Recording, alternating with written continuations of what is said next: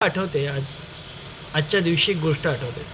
एका राज्यामध्ये एक गरीब कुटुंब होतं. ते गरीब कुटुंब राजाला भेटायला गेलं. राजाने सांगितलं, राजाला त्यांनी तक्रार सांगितली, आमची झोपडी गळते पावसात, चांगली नाही, खराब झाली आहे, जीर्ण झाली आहे. राजा बोलतो, ठीक आहे, मी तुम्हाला चांगले घर देतो. खुश झाले. वा वा वा वा, चांगलं झालं, वा. तुम्हाला परवा घर भेटेल. 2 दिवस उलटल्यानंतर ते कुटुंब पुन्हा येतं आणि बोलतं, राजासाहेब आम्हाला घर देणार का तुम्ही? अरे बोलतो, हां मी तुमच्यासाठी घर दिले ना, एक काम करा, इथले 2 डोंगर आहेत, त्याच्या पुढे जंगल आहे, त्याच्यानंतर एक मोठी नदी आहे, त्याच्यानंतर एक वाळवंट आहे, आणि त्या वाळवंटात तुम्हाला मस्त असा राजवाडा बांधून दिला आहे मी, तुम्ही तिथे जाऊन राहा.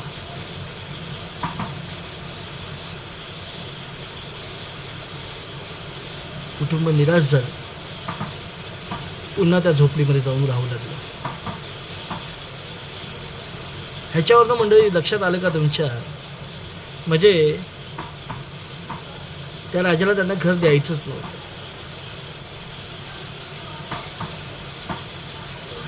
असंच काहीसं मंडळी आज महिलांना रिझर्वेशन देताना कदाचित सरकारकडनंही अशीच गोष्ट घडली. 2023 मध्ये पास झालेलं नारी शक्ती वंदन विधेयक पास झालं होतं 2023 मध्ये. त्याची फक्त अंमलबजावणी करायची होती सरकारला.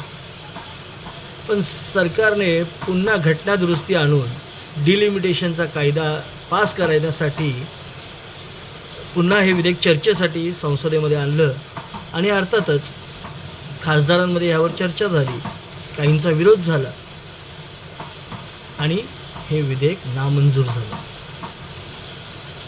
सरकारने काय सांगितलं, आम्ही दोषी कुठे आहे? विरोधी पक्षनेता जबाबदार आहे.